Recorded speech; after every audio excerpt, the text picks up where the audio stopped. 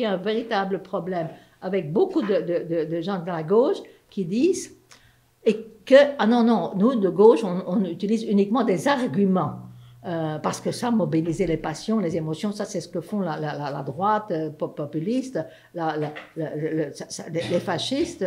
Il faut pouvoir parler aux gens, aller comprendre quels sont les problèmes, mais pas venir leur dire, ah bon, mais voilà, nos problèmes c'est ceux-là, non, nous c'est bien, donc, bon, non, il faut vraiment, mais ça, enfin, je ne sais pas comment vous voyez la chose ici, mais moi je remarque une grande partie de la gauche, justement, toujours, non, nous on a la vérité, hein, et on va vous l'enseigner. Bon, moi je suis assez préoccupée du fait que les partis populistes de droite ont beaucoup plus de succès que les partis de gauche, parce qu'eux, ils savent comment mobiliser les passions.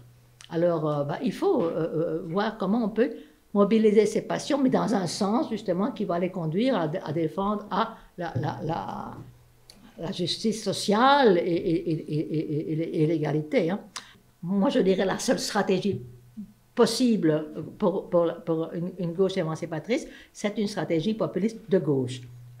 Bon, les choses n'ont pas été très bonnes pour Podemos, pour Corbyn. Bon, mais on voit par exemple, de ce point de vue-là, moi je trouve ça très intéressant ce qui se passe en France avec justement le bon résultat de Jean-Luc Mélenchon de la France Insoumise et la création d'Anne Loupès. Bon, on voit qu'au fond, quand on défend une stratégie populiste, bon, ça fonctionne, les gens peuvent se mobiliser autour de ça. Donc je crois qu'il y a toujours une pertinence, c'est comme ça qu'on peut penser une stratégie de transformation.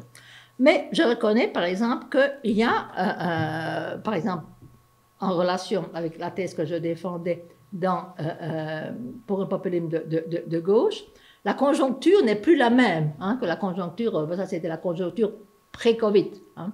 Maintenant on est dans une conjoncture différente parce qu'il y a toute une série de crises, une crise économique, une crise géopolitique maintenant, et surtout, alors ça c'est la thèse que je défends dans mon livre qui va sortir, il faut tenir compte de la crise écologique, hein, la crise climatique. Alors remarquez déjà, en fait déjà dans l'hégémonie en 1985, on insistait sur les demandes écologiques. Et dans tous mes livres, par exemple agonistique, dans le populisme de gauche, j'insistais sur l'importance. Mais je reconnais que je sentais ça comme pour moi c'était un problème théorique.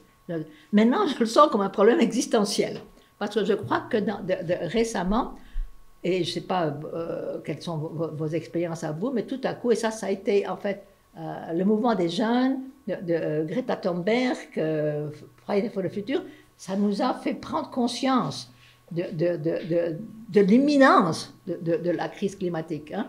Donc je crois qu'aujourd'hui, ça doit être vraiment au centre d'une politique populiste de gauche. Et c'est pourquoi, par exemple, maintenant, je crois que dans la conjoncture actuelle, il s'agit toujours, bien entendu, d'articuler toute une série de demandes démocratiques dans une volonté collective. Ça c'est la question typique de la populisme de gauche. Mais l'objectif, c'est toujours la récupération et la radicalisation de la démocratie. Mais aujourd'hui, il est nécessaire de reconnaître que la crise climatique nous force d'attribuer une place centrale aux revendications écologiques.